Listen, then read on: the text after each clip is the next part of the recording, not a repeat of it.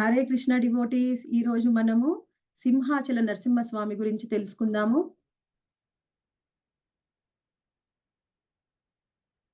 Virtual యాత్ర సింహాచలం నరసింహస్వామి. శ్రీ వరాహ నరసింహస్వామి సింహాచల మందిరము. నరసింహస్వామి ఇక్కడ ఈ విధంగా కనిపిస్తారు మాతాజీ సింహాచలంలో. అందరూ దర్శనం చేసుకోండి ఒకసారి. ఆ తరువాత మనము సింహాచలం యొక్క ప్రాముఖ్యత గురించి తెలుసుకుందాం. ఇది ఎక్కడ ఉంది అంటే మనకి వైజాగ్ దగ్గరలో, విశాఖపట్నంలో దగ్గరలో సింహాచలం ఉంటుంది. ఈ సింహాచలము ఎంతో పవిత్రమైన పుణ్యక్షేత్రము. సింహాచలానికి స్వయంగా చైతన్య మహాప్రభు కూడా వచ్చారన్నమాట. చైతన్య మహాప్రభు సౌత్ ఇండియా యాత్రకొచ్చినప్పుడు సింహాచలానికి వచ్చి నరసింహస్వామిని సందర్శించుకున్నారు. ఎంతో పవిత్రమైన పుణ్యక్షేత్రము. ఇది ఒక కొండ పైన ఉంది మాతాజీ. సింహాచల కొండ.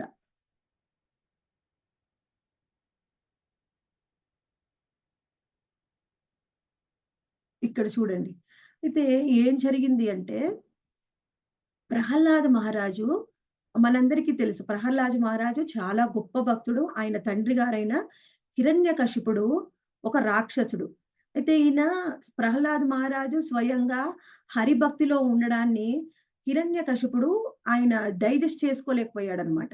నేను ఒక గొప్ప రాక్షసుడిని, నేనెంతో శక్తివంతుడిని, నన్ను అందరూ దేవీ దేవతలే పూజిస్తూ ఉంటే, స్వయంగా నా కొడుకు 5 సంవత్సరాల బాలుడయ్యుండి నా మాట వినకుండా ఆయన హరిని పూజిస్తున్నాడు. ఎంత చెప్పినా వినట్లేదు. ఇంకా ఆశ్రమంలో ఉన్న, ఆ గురుకులంలో ఉన్న పిల్లలందరిని కూడా భక్తులుగా మారుస్తున్నాడని కోపంతోని ఆయన యొక్క పుత్రుడినే సంహరించమని చెప్తాడు. అయితే ఎన్ని సార్లు సంహరించడానికి ప్రయత్నం చేసినా కానీ ప్రహ్లాద్ మహారాజ్ బతుకుతూ ఉన్నాడన్నమాట. అందుకని అప్పుడేం చేస్తాడంటే స్వయంగా భగవంతుడే ఆయనని స్వయంగా హిరణ్యకశిపుడు ఏం చేస్తాడంటే, సరే మరి ఎన్ని సార్లు చంపడానికి ప్రయత్నం చేస్తా ఆయన బ్రతుకుతూ ఉన్నాడు కదా! అయితే మీరేం చేయండంటే ఈ సముద్రంలో పడేయండి. సముద్రంలో పడవేసిన తరువాత ఆయన మీద ఒక కొండని ఉంచండి. అప్పుడు ఆ కొండని ఉంచితే ఇంకా ఆయన లేవలేడు కదా! ఆ విధంగా తప్పకుండా మరణిస్తాడు అని, ఈ విధంగా శిక్షను వెయ్యండి అని అక్కడ ఉన్న రాక్షసులకు చెప్తాడన్నమాట. అప్పుడు వాళ్ళు కూడా అదే విధంగా ప్రహ్లాద్ మహారాజ్‌ని ఆ సముద్రంలో వేసి, ఆ సింహాచలం కొండని ఉంచుతారన్నమాట. ఉంచినప్పుడు ఎప్పుడైతే ఆ విధంగా చేసి వాళ్ళు వెళ్ళిపోగానే స్వయంగా భగవంతుడే వచ్చి ఆ కొండని లేపి ప్రహ్లాద్ మహారాజ్‌ని రక్షిస్తాడు. ఇదంతా జరిగి కొన్ని సంవత్సరాలు జరిగిన తరువాత స్వయంగా నరసింహస్వామి వచ్చి హిరణ్యకశిపుడిని సంహరిస్తాడు. తన భక్తుడిని రక్షిస్తాడు. ఆ తరువాత కొంతకాలానికి ప్రహ్లాద్ మహారాజు ఇదే ప్రదేశానికి వచ్చి ఎక్కడైతే స్వామి ఆయన్ని రక్షించాడో అక్కడే స్వామిని ఆరాధించాలి అని అనుకుంటాడన్నమాట. ఆరాధించాలని ఆయనకు ఆ కొండ దగ్గరికి రాగానే స్వయంగా భగవంతుడు ఈ ప్రదేశానికి, సింహాచలానికి ఎక్కడ రక్షించాడో,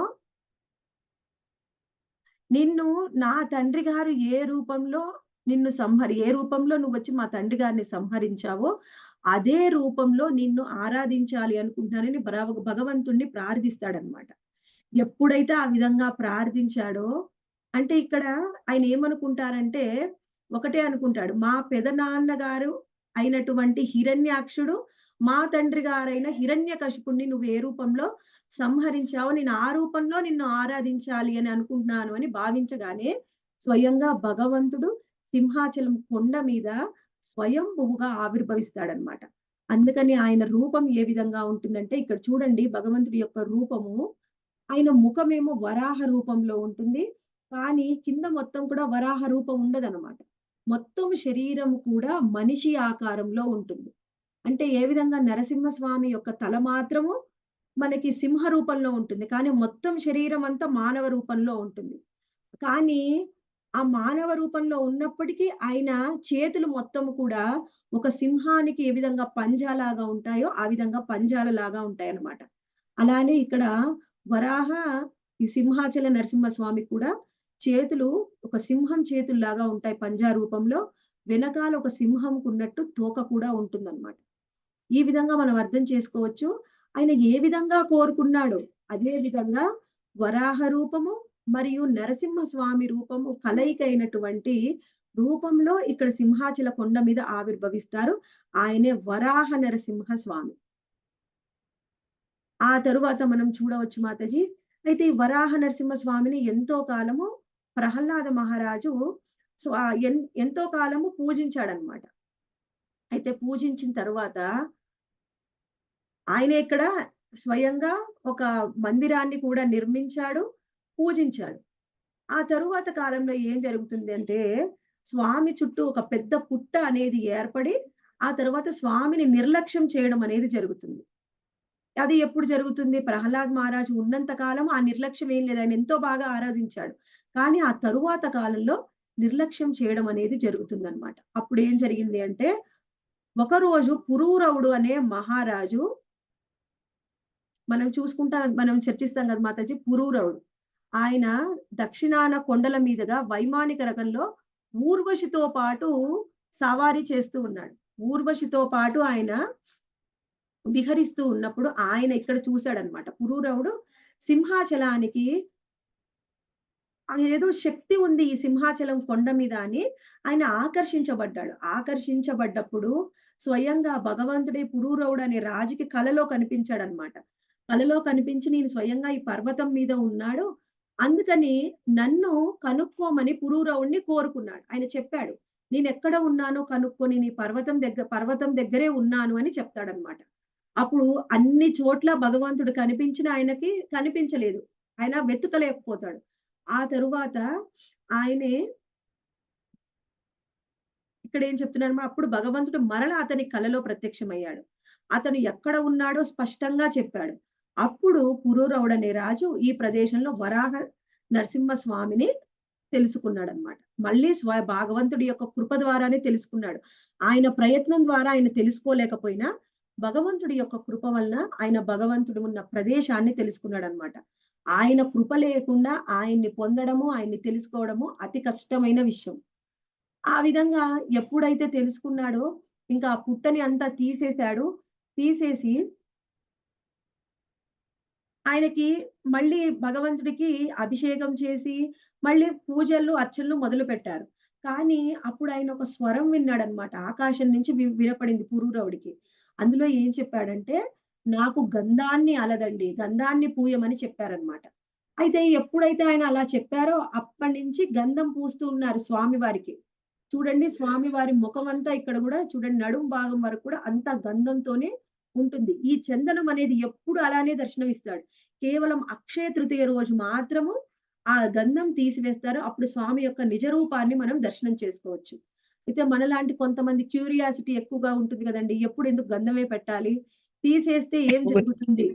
అని కొంతమంది పూజారులు ఏం చేస్తారంటే, ఆ గంధపు ముద్దని తీసేస్తారనమాట. తీసివేయగానే ఏం జరుగుతుంది? ఎప్పుడైతే ఆ గంధాన్ని తీసివేశారో, తీయగానే అక్కడ తీసివేసిన ప్రదేశం నుంచి రక్తం రావడం ప్రారంభమవుతుందన్నమాట. రక్తస్రావం చూస్తారు. వాళ్ళు వెంటనే వాళ్ళకి అర్థమవుతుంది. స్వామికి కోపం వచ్చింది. మనము నియమాన్ని ఉల్లంఘించామని. వెంటనే మళ్ళీ ఏం చేస్తారు? ఆ గంధాన్ని యథాతథిగా మళ్ళీ స్వామి వారికి రాసేస్తారన్నమాట.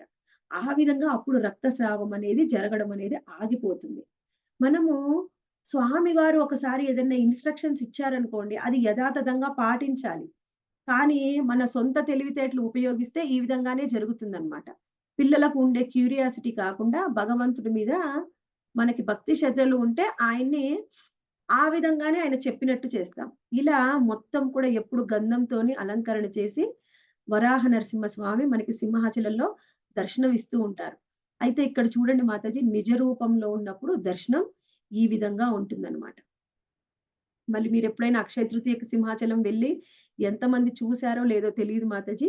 ఇక్కడ మాత్రం మనం స్వామివారిని చాలా బాగా దర్శనం చేసుకోవచ్చు. అయితే చందన యాత్ర అనేది ఆలయంలో చేసుకునే అతి ముఖ్యమైన పండుగంట. అది కూడా అక్షయ తృతీయ రోజున జరుపుకుంటారు. అయితే ఏడాది మొత్తం కూడా చందనాన్ని ఉంచిన ఈ సమయానికి మాత్రము స్వామి యొక్క శరీరం 480 కిలోల కందనాతో కప్పబడి ఉంటుంది. మొత్తం 480 కిలోల చందనాన్ని పూస్తారట. అయితే భక్తులు ఏడాదికి ఒకసారి 12 గంటల పాటు స్వామివారు అసలు రూపాన్ని దర్శిస్తారు. అసలు రూపం దర్శించేది మనము కేవలం 12 గంటలు మాత్రమే. కేవలం 24 గంటలు కూడా కాదు. ఒక రోజు మొత్తం కాదు. సగం డే మాత్రమే స్వామిని మనం అలా దర్శించుకోవచ్చు. అయితే మనము అయితే ఈ వరాహ నరసింహస్వామి అతను వరాహదేవుడి ముఖాన్ని కలిగి, నృసింహదేవుడి అంటే శరీరాన్ని కలిగి ఉన్నారు. ఆయన చేతులు, పంజా, చేతులు మరియు ఆయన సింహం లాంటి తోకను కలిగి ఉన్నారు. అయితే ఇక్కడ ఇంకొక విషయం తెలుసుకోవాలి మాతాజీ. అయితే ఇటువంటి వరాహ స్వామిని అర్థం చేసుకోలేక కొందరు కలియుగంలో ఏం చేస్తూ ఉన్నారు అంటే, కాలభైరవుడి రూపంలో ఆరాధిస్తూ ఉన్నారంట. ఆరాధిస్తుంటే స్వయంగా రామానుజాచార్య పూరికి వెళ్తారండి. పూరికి వెళ్లి అక్కడ మనకి వాళ్ళు చేసే భగవంతుడి యొక్క కైంకర్యాలైనా సరే, ఆరాధనైనా సరిగ్గా లేదు అని మార్చడానికి ప్రయత్నం చేస్తాడు. అప్పుడేం చేస్తాడంటే జగన్నాథుడు స్వయంగా స్వామి వారిని తీసుకొని రామానుజాచార్యుని సింహాచలంలోకి వచ్చేలా చేస్తారు. ఎక్కడ పూరి నుంచి స్వయంగా సింహాచలానికి వచ్చేస్తారు. అప్పుడు ఆయన ఎక్కడ ఉన్నాడంటే సింహాచలం అని అర్థం చేసుకొని, స్వామి వారిని దర్శనం చేసుకొని, వాళ్ళు కాలభైరవ రూపంలో అర్చన చేస్తూ ఉంటే ఆయన వివరిస్తారు. ఈయన కాలభైరవుడు కాదు వరాహ నరసింహ స్వామి అని. అప్పటినుంచి ఆ విధంగానే స్వామిని మనం పూజించుకుంటూ ఉన్నామనమాట. అయితే తరువాత మనము చర్చించుకుంటున్నాము. ఇంకొక కథ మాతాజీ. అది యాదాద్రి నరసింహస్వామి. యాదగిరిగుట్టలో ఉండే నరసింహస్వామిని గురించి గూడా మనం ఈరోజు చర్చించుకున్నాము. ఇది ఎక్కడ ఉంటుంది అంటే హైదరాబాద్‌కి మరియు వరంగల్‌కి మధ్యలో ఉంటుంది మాతాజీ. ఆ యాదగిరిగుట్ట నరసింహస్వామి. అయితే దీని గురించి మనకి వాల్మీకి రామాయణంలో వివరించబడి ఉంది. వాల్మీకి రామాయణంలో ఏముంది అంటే వింబాడక ఋషి అని ఒక ఋషి ఉన్నారు. ఆయన యొక్క కొడుకు పేరు ఋష్యశృంగుడు. ఆయనకి ఇంకొక కొడుకున్నాడు. ఆయన పేరు ఆహ్, యాద యాదర్శి ఋషి అన్నమాట. యాదర్శి అంటాము. యా యా ఆయన యాదవ ఋషి. లేపోతే ఆయనని స్వామి వారంటే నరసింహ స్వామి అంటే చాలా ఇష్టమనమాట. అందుకని ఆయన ఏం చేస్తాడంటే, స్వామిని ఎలా అయినా నేను దర్శనం చేసుకోవాలని మనసులో సంకల్పం తీసుకుంటాడు. సంకల్పం తీసుకొని ఆయన ప్రయత్నం చేస్తూ ఉంటే, హనుమంతుడు ఆయనకి ఆహ్, ప్రత్యక్షమయ్యి ఆయనకు చెప్తాడు. "నువ్వు ఇక్కడికి కొండ దగ్గరికి వెళ్లి నువ్వు స్వామి కోసము తపస్సు చెయ్యి. అప్పుడు స్వయంగా నీకు స్వామి దర్శనమిస్తాడు" అని. అప్పుడు యాదాద్రి ఆయన ఆయన తపస్సు చేస్తాడు మాతాజీ. ఆ యాదర్శి ఋషి తపస్సు చేయడం వలన స్వయంగా నరసింహస్వామి ప్రత్యక్షమవుతాడు ఉగ్ర నరసింహ రూపంలో. ఎప్పుడైతే ఉగ్ర నరసింహ రూపాన్ని చూస్తాడో ఆయన భయపడతాడనమాట. ఉగ్ర నరసింహ రూపం ఆయనకి అంతగా రుచించదు. అందుకని స్వామిని కోరుకుంటాడు. మీరు శాంత రూపంలో నాకు దర్శనం ఇవ్వండి అని. అందుకని ఆయన శాంత రూపంలో లక్ష్మీదేవి సమేతంగా అక్కడ లక్ష్మీ నరసింహ స్వామిగా కొలువై ఉంటాడు.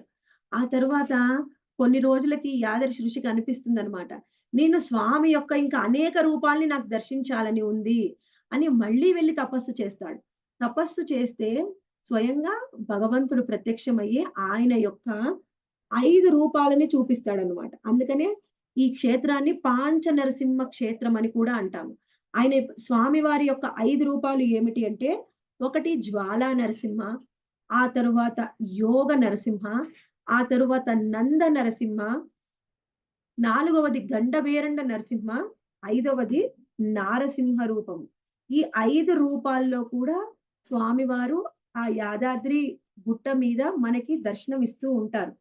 అయితే ఇక్కడ ఇంకోటి ఏం చెప్తున్నారంటే, ఈ దర్శనం ఎప్పుడైనా సరే భగవంతుడు కొలువై ఉన్న ప్రదేశంలో మనకి ఆ క్షేత్ర పాలకుడనేవారు తప్పకుండా ఉంటారు.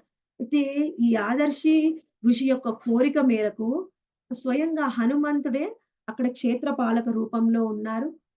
అయితే ఇక్కడ 2 మందిరాలున్నాయి మాతాజీ. ఒకటి గుట్ట కిందనేమో లక్ష్మీ నరసింహస్వామి ఉంటారు. అక్కడి నుంచి అది పాత ఆలయము. తర్వాత కొత్త ఆలయము ఇంకొక నరసింహస్వామి క్షేత్రం ఉంటుంది. అది కొంత దూరం ఉంటుందన్నమాట. అందుకని ఈ పాత ఆలయం నుంచి కొత్త ఆలయానికి స్వయంగా స్వామి గుర్రం మీద స్వారీ చేసుకుంటూ అక్కడికి వెళ్తారంట. అందుకని ఆ ప్రదేశంలో ఆహ్, ఆ గుర్రం ఏ విధంగా నడిచింది, ఆ గుర్తులు కూడా మనం చూడవచ్చు అని చెప్తారనమాట. అయితే ఇక్కడ ఎప్పుడు స్వామివారు పాత ఆలయం నుంచి కొత్త ఆలయానికి వెళ్తుంటారో, ఆ మధ్యలో ఇంకో హనుమంతుడి యొక్క క్షేత్రం ఉంది. ఆ క్షేత్రంలో ఎప్పుడు కూడా జలం అనేది ఉద్భవిస్తూ ఉంటుందన్నమాట. ఆ జలంతోనే స్వామికి అభిషేకం చేస్తూ ఉంటారు. ఆ తరువాత మనము చూడవచ్చు ఇంకో కొన్ని స్థల పురాణాలుంటాయి. మీరు ఇది చేస్తే మీకు ఆ కోరిక తీరుతుంది. అది చేస్తే ఈ కోరిక తీరుతుందని. కానీ భక్తులు ఎప్పుడు కూడా ఆ విధంగా కోరుకోరు. భగవంతుడిని భక్తితో ఆరాధిస్తూ ఉంటారు. అప్పుడు ఏ విధంగా అంటే మనము ఏదైనా ఒక మంచినీళ్ళ బావి దగ్గరికి వెళ్తే దాహం తీరుతుంది. అదే మనకి వేరే బావి దగ్గరికి వెళ్తే మన అవసరాలు కూడా తీర్చుకోవచ్చు. కానీ ఒక నదికి వెళ్తే మన అన్ని అవసరాలు తీరినట్టు భగవంతుడి దగ్గరికి వెళ్తే మన కోరికలు ఆయనే మన అర్హతను బట్టి మన కోరికని తీరుస్తాడు. మన మీద కరుణించి ఆధ్యాత్మికంగా కూడా పురోగతి అయ్యేలా చేస్తాడు. అందుకని మనం ఏదో కోరికతో వెళ్ళాల్సిన అవసరం లేదు. మన మనసు ఆయనకు తెలుసు కాబట్టి అన్నీ ఆయనే చూస్తాడన్నమాట. ఆ విధంగా మనకి ఈ ప్రదేశాన్ని స్వామిని దర్శించుకోవడానికి ఎంతోమంది దేవతలు మరియు చాలా మంది గొప్ప ఋషులు కూడా వచ్చి ఆయన్ని దర్శించుకుంటూ ఉంటారంట. అందుకని స్వామి పుష్కరిణిలో అక్కడ స్నానం చేసి దర్శించుకోవడానికి అనేది మనకి గుర్తుగా రాత్రి సమయంలో స్వామి వారి ముందు గంధ పుష్పాలు మనకి కనిపిస్తాయంట. ఆ విధంగా రాత్రి సమయంలో కూడా ఆయనకు ఆరాధన జరుగుతుంది అని మనము తెలుసుకోవచ్చు. ఈ విధంగా యాదాద్రి నరసింహస్వామి అనేది ఒకప్పుడు చాలా చిన్న మందిరంగా ఉండేదండి. ఆ తరువాత మనం లాస్ట్ ఇయర్ మనకి గవర్నమెంట్‌లో టీఆర్ఎస్ ప్రభుత్వం వచ్చిన తర్వాత యాదాద్రి నరసింహస్వామి యొక్క క్షేత్రాన్ని ఎంతో బాగా డెవలప్ చేశారు. ఇప్పుడు ఇంకా పూర్తి అవ్వలేదండి. ఇంకా పూర్తి అవుతూ ఉంది. మనకు ప్రతి స్వామికి కూడా ఒక మంచి పెద్ద పెద్ద క్షేత్రాలని కట్టారు. చాలా మంది ఇప్పుడు యాదాద్రి నరసింహ స్వామిని దర్శించుకుంటూ ఉన్నారు. అందరూ కూడా మీకు కూడా వీలైనప్పుడు వెళ్లి దర్శించుకోవడానికి ప్రయత్నం చేయండి మాతాజీస్. హరే కృష్ణ. హరే కృష్ణ మాతాజీ. హరే కృష్ణ. ఈరోజు చెప్పిన మాతాజీ 2 మందిరాలు చూసాం. హరే కృష్ణ. యాదాద్రిలో 5 నరసింహలు అన్నారు కదా, జ్వాలా నరసింహ, తర్వాత జ్వాలా నరసింహ మాతాజీ, యోగ నరసింహ, నంద నరసింహ, ఆ తర్వాత గండబేరుండ నరసింహ, ఆ తరువాత నారసింహ. హరే కృష్ణ మాతాజీ. హరే కృష్ణ మాతాజీ. యాదగిరి యాదాద్రి 2 ఒకటేనా మాతాజీ? అవును, ఒకటే ప్రభుజీ, ఒకటే. హరే కృష్ణ.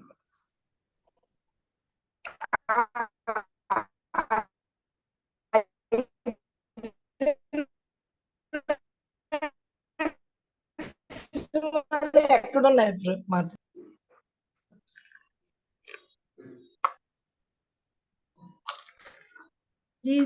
ఈరోజు దర్శనం పూర్తయింది కదా. ఈరోజు ప్రహ్లాద మహారాజు యొక్క ప్రేయర్స్ ను మనము చర్చించుకుందాము. ఎంతో బాగా మనకు చెప్పండి ప్రభుజీ. హరే కృష్ణ.